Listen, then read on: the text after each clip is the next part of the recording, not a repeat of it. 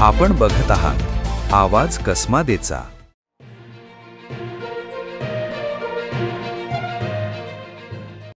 सटाणा शहरात अवैधरित्या विक्रीसाठी प्रतिबंधित गुटखा आणणाऱ्या तस्करावर सटाणा पोलिसांनी कारवाई करत गुटखा, तंबाखूजन्य पदार्थ आणि मोटारसायकल असा एकूण 57,500 रुपयांचा मुद्देमाल जप्त केला आहे।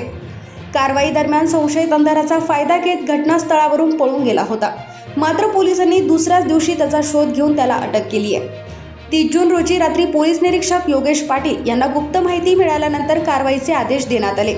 त्यानुसार सहाय्यक पोलीस उपनिरीक्षक रायसिंग जाधव, पोलीस हवालदार विशाल जाधव, मधुकर मोरे, पोलीस नायक नितीन जगताप, उमाकांत बच्छाव आणि सुधीर साप्ते यांच्या पथकाने सटाणा शहरातील अहिल्याबाई चौक परिसरात सापळा रचला।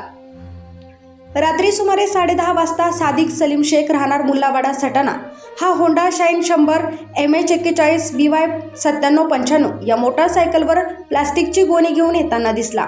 पोलिसांनी त्याला थांबवून चौकशी सुरू केली, मात्र गोणीची झडती सुरू होताच त्याने अंधाराचा फायदा घेत घटनास्थळावरून पळ काढला।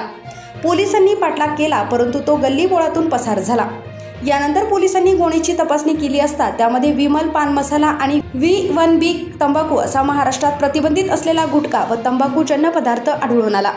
या कारवाईत गुटखा आणि मोटारसायकलसह एकूण 57,500 रुपयांचा मुद्देमाल जप्त करण्यात आलाय।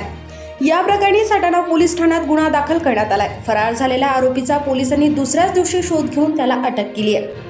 आरोपीला सटाणा न्यायालयात हजर केले असता न्यायालयाने 1 दिवसांची पोलीस कोठडी सुनावली असून प्रकरणाचा पुढील तपास सटाणा पोलीस करत आहेत।